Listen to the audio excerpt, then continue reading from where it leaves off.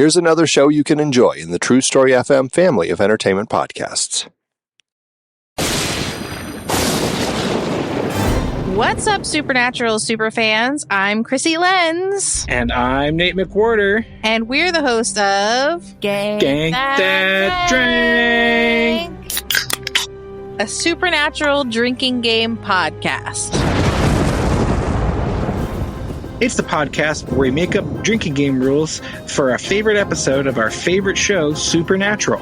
We recap the episode for you and let you know how all the rules played out. Then we let you know the drinking game rules for the next episode, so you can play along. Plus, members get every episode early and ad-free, with some extra bonus content chit-chat at the end of each episode as a member exclusive.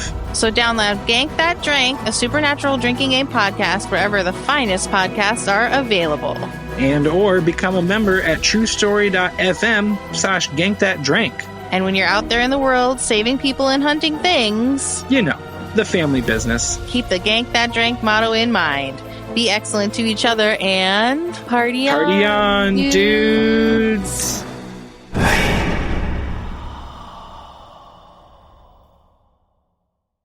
Ever wonder where the devil got his horns? How about those cloven hooves? Or that pitchfork? Wasn't he an angel? No, he was a snake. No, he's the great red dragon. No, he's the beast. He's the prince of this world. Prince of darkness. Well, he's the prince of darkness. Good morning, star lovelies. One of my names is Lester Ryan Clark. And I sometimes go by Keenan Diaz. And we're the hosts of the brand new podcast, The Devil's Details. What comes to mind when I say Lucifer? How about Satan? What about just the devil? How did the big bad of the Western world end up with so many faces? Join us as we dig up, decipher, and deconstruct the devil's many forms throughout history. Take a guided tour with Dante through the 9 circles of hell. Or revisit Satan's angsty bad boy years in Paradise Lost. Learn the ins and outs of a Faustian contract. Easier than a 1099, but with a hell of a lot more fine print. Slither on over to The Devil's Details on True Story FM and join us in the diabolic discussion. Love and hisses. Mwah! Didn't Al Pacino play him in a movie? Are you sure that wasn't Robert De I could Niro? have sworn it was Tim Curry. That was Elizabeth Didn't he go down to Georgia at some point?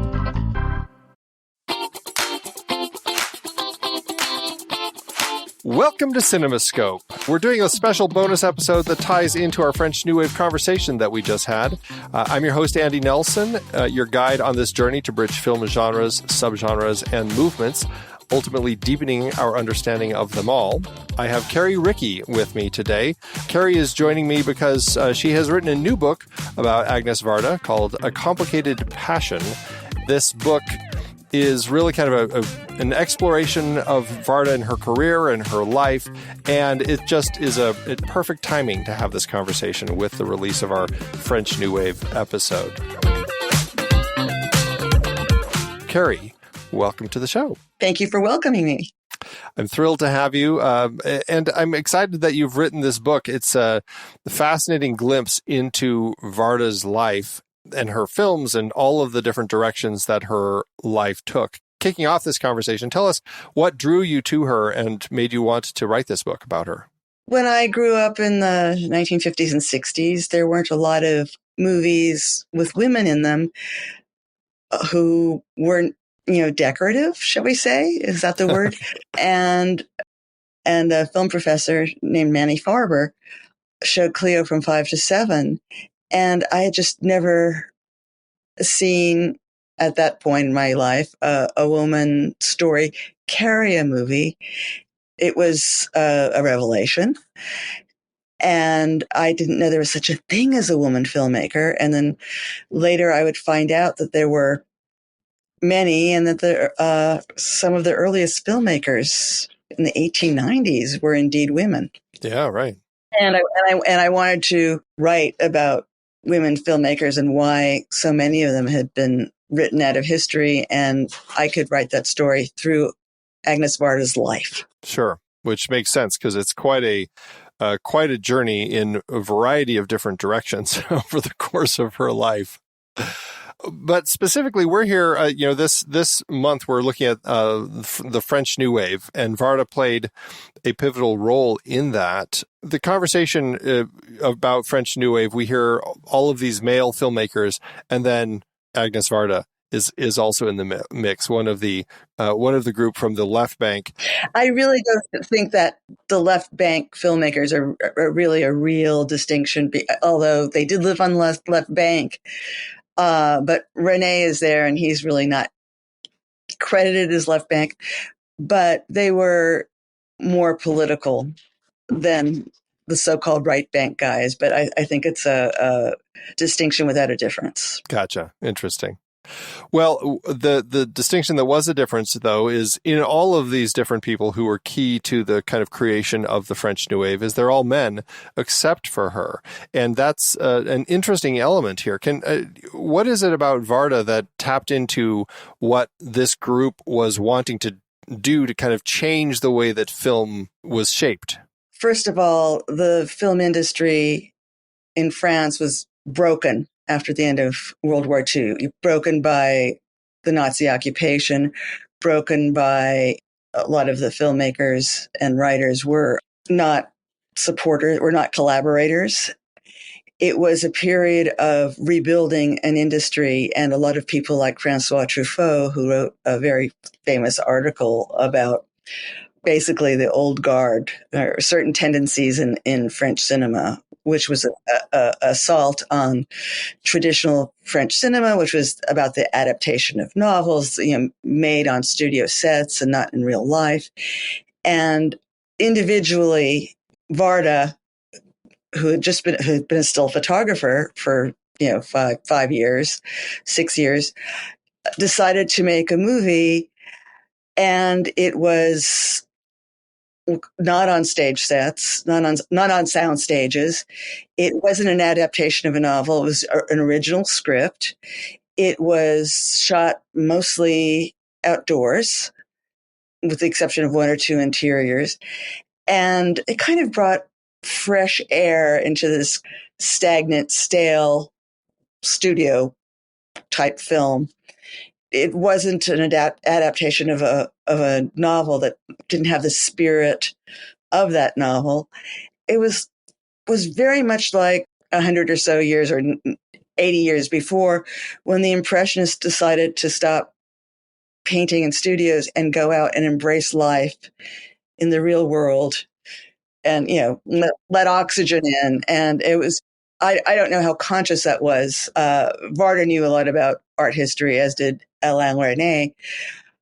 But given what American movies were like at that moment, it seemed new, young, energetic, and it wasn't carried by movie stars. And it marked the rise of a new generation. Do you know, what is it that pushed her to shift from still photography into film? Originally, she was just going to continue to be a still photographer because she was making a good living. Sure. Photographing great actors for the French National Theater. A friend of hers, or the husband of a very good friend of hers, when she was growing up, had brain cancer. She wanted to organize fun excursions to get his mind off of that, and to have him and his wife enjoy their remaining time together. Yeah. And she initially wrote this script about this town that her family fled to during World War II. She was born in Belgium. They landed in the south of France in a town called Sète that was near the coast. And there's a big fishing community, and she knew that area. And she brought her friends from France down there. And at the time, there was a very dramatic thing happening with the fishing community, where the water had a lot of bacteria in it, and the fishermen might lose their occupations. And she had real fishermen as the background of this movie, and in the foreground was a couple who were having communications problems and trying to get back together. So it was like a two-tier study. A lot of her movies have these two tiers. You see Cleo from 5 to 7 is about real time, or is set in real time. But that real time, we're looking at time in that movie as when the heroine is having fun or connecting with the outside world, time passes really fast. But when she's worried about her biopsy, because also a movie about cancer, the movie goes very slowly and trudges. And so in Cleo, Varda is trying to show the difference between when you're enjoying yourself or connecting with other people, time goes by fast. But when you're suffering in yourself and anxious in yourself, time just goes very slowly, like the proverbial molasses in winter. Yeah. In La Pointe Courte, she's going between these families that are very warm and trying to solve a problem collectively with this couple who is trying to solve the problem of their marriage alone. And it also has that rhythm of going very quickly in some scenes and being very stiff and almost monotonous in the other scenes as this couple tries to work their way back into love. Varda thought it was going to be a one-off. She never thought she'd make another movie. Wow. But the process of making it really excited her. Since she'd been a photographer for so long, she really knew, she had a script, but she knew from photography, when something looks good and exciting, shoot it, ditch the plan. Those kind of very funny scenes with cats materializing. But whenever Varda, who is a cat lover, whenever in her movies, cats always seem to manifest. They were her spirit animals. And there's a lot of fun in the movie, and then there's a lot of stiffness. But her producers introduced her to Alain René, who is a maker of documentary film shorts. And he edited the movie for her. Through him, she learned what editing was, or how to do it, and how to put together this largely part scripted, part improvised film. And I think a lot of her best movies she'll do a lot of research and they're kind of put together in the edit. And I'm talking about a lot of movies she made in the 50s, like for the Ministry of Tourism, one called Along the Coast, another one called Oh Seasons, Oh Chateaus.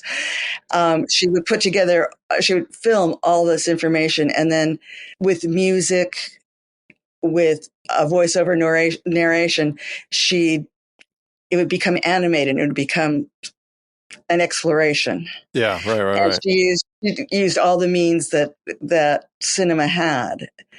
One of her great movies, The Gleaners and I, also uses it. She kind of sees someone at her local market, bending down and grabbing, dead lettuces from a market stall, and she thinks of the old gleaners in France who were allowed to do a harvest after the harvest and take food for themselves. And something that's spoken about in the Bible, something that's spoken about in 16th century French law, that it was stipulated that the gleaners get people who didn't have wealth were entitled to the harvest after the harvest. Those movies are unlike anyone else's. and that's not where I don't think that's where the new wave began, but that's where one of the ways it lived on, because the new wave was actually quite short. Between 1959, when Truffaut makes his first feature, and 1964, when Godard makes Contempt, it was like you couldn't get money. That was a very exciting period when producers were actually putting money into these movies.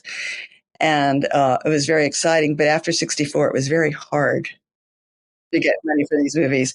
But Truffaut had his own producer. Chabrol had his own producer. Jacques Demy, who is married to Varda, had a very interesting producer who helped him make The Umbrellas of Cherbourg and The Young Girls of Rochefort. But Varda didn't have the same producer. She always had to look for money. And it was much harder for her. But she still kept pretty busy in that period. She kept enormously busy, but she she got press because she was a woman, and that was kind of like a freak show. Oh my God, a woman can do this. And she didn't have the same aims as the men. Her husband, Jacques Demy, was really largely replicating or doing his version of Hollywood musicals. Chabrol was very, very interested in crime films, and he was adapting detective stories and crime stories. Truffaut and Godard, like Varda, were in their own worlds, made really interesting movies, sometimes for both of them adapted from novels, sometimes invented. To me, those are the three very interesting filmmakers. But Varda and René were both very influenced by the Nouveau Roman, the French new novel. Oh, okay. Which was more experimental than most movies. Varda, who always claimed that she'd never seen more than 10 movies before making one, and I don't know, I'm not sure that's exactly true, because that number changes from 10 to 25 to a dozen.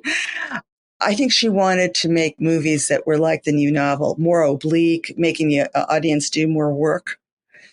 And René did that too, and with his first features, Hiroshima, Mon Amour, and etc.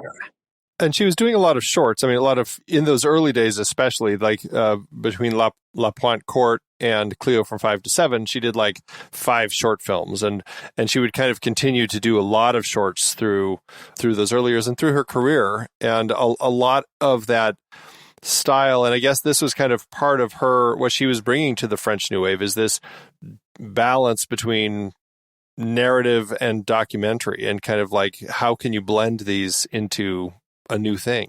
And she did. I mean, her feature films, meaning kind of the fiction films, are all shot in real places, on actual buses, or streets of Paris, or villages nearby, and they have a documentary feel, and they have a universal feel, because they're about capital A, big themes.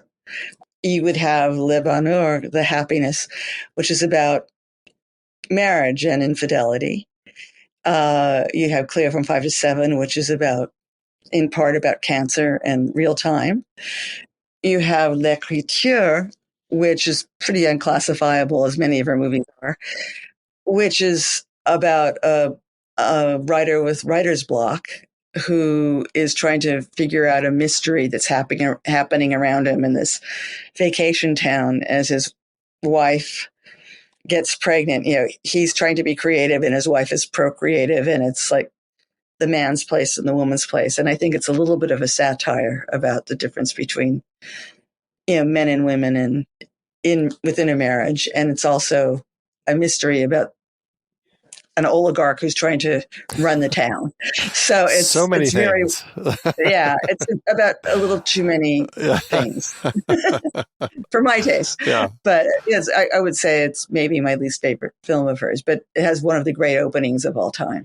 But I think just you can get a sense of the way that she was exploring all of those different elements. That does fit into kind of this idea of the French New Wave trying to shake things up and break from the traditional way that films were being told and locked into these stages and everything, and this level of artifice. And this is kind of completely different. And in the era of the auteur, which is that whole thing that's also rising, she's bringing something that is very much her own to her films. Right. I mean, she when she was young and went to college, she went to the School du Louvre, the Louvre school, which trained anthropologists and curators and painters. And she was very interested in being a curator initially. And then she decided she really didn't like the École du Louvre, but she learned a lot. And then she went to the Sorbonne, where she audited classes for a year or so. And she loved her classes, but she didn't like getting grades. She didn't like taking tests. She wanted to be an artist. And she didn't think she was a good enough painter.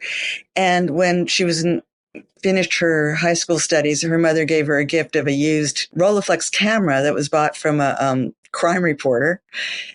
She had this camera, and she decided, I'll become a photographer. I'll get my license because France is very bureaucratic, and film directors, photographers have to be licensed to make money in these fields. Right.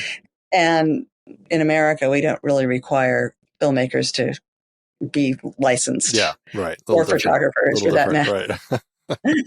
But you're right about short films.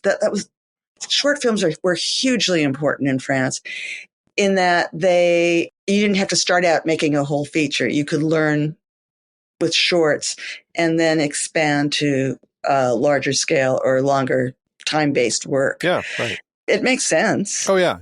But, Varda didn't understand that when she set out to make a movie, so she made a feature. And she really had she'd edited her photos before, but she'd never edited. Yeah, a little different. A little bit of and she difference. really, she didn't know the basic things about going from scene to scene. And with her first movie, there were no, backup shots in case she wanted to go from A to B. So a lot of Pointe Courte goes from like A to D and then back to A. It's kind of jumpy.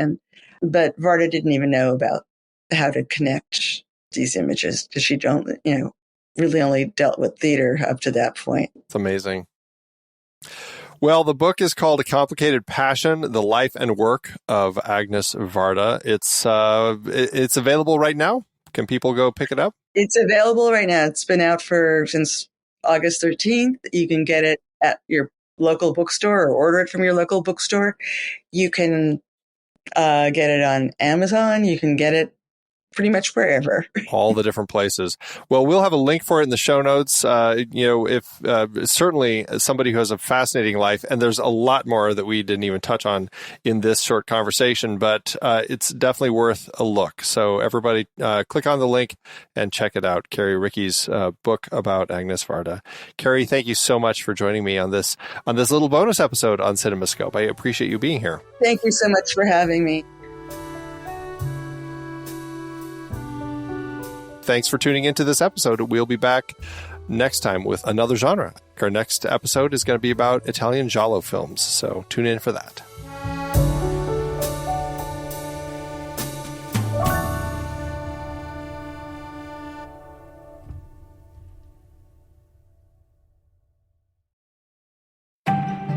Hey, Pete, have you ever been fascinated by the allure of secret societies throughout history?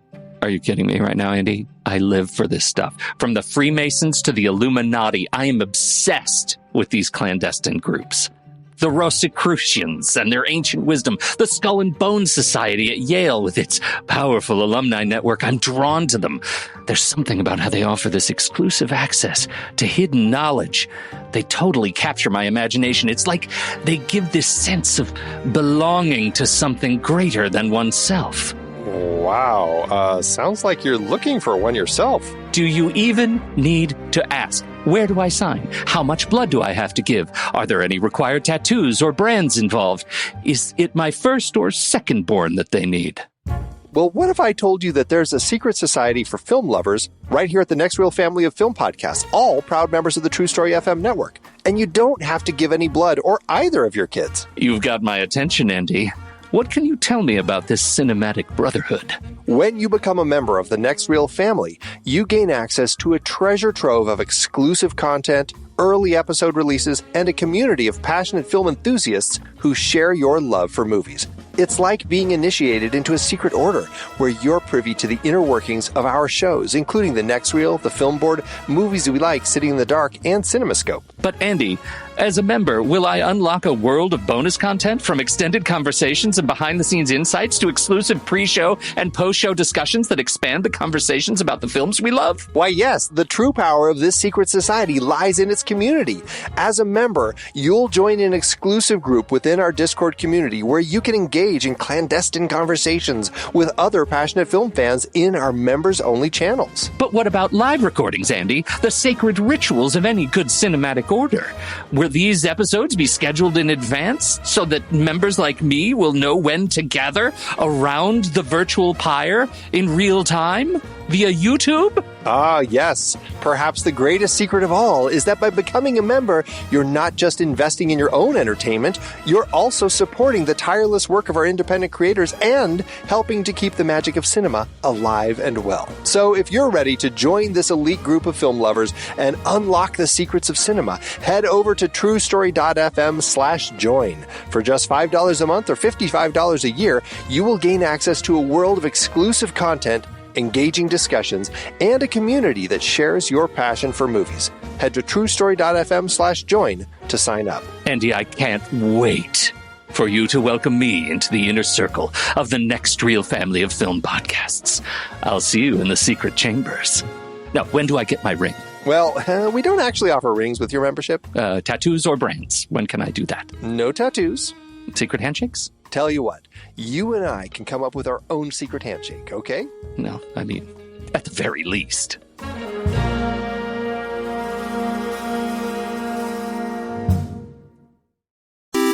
Andy, according to my friend Internet, this is what Letterboxd is. Letterboxd is a global social network for grassroots film discussion and discovery. Use it as a diary to record and share your opinion about films as you watch them, or just keep track of films you've seen in the past. Showcase your favorites on your profile page. That is a lot. You bet it is. That's why I want you to tell our fair listeners just one thing you do with Letterboxd that has changed the way you watch movies. Let them have it. Okay, are you ready for this? So ready. I love lists. As of today, I have 246 lists in my account.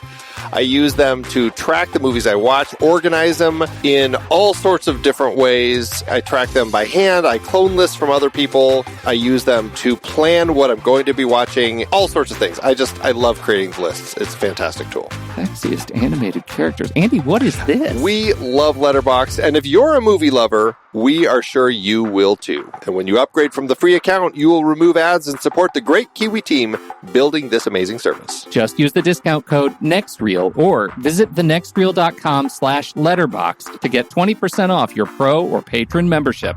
And it works for renewals as well.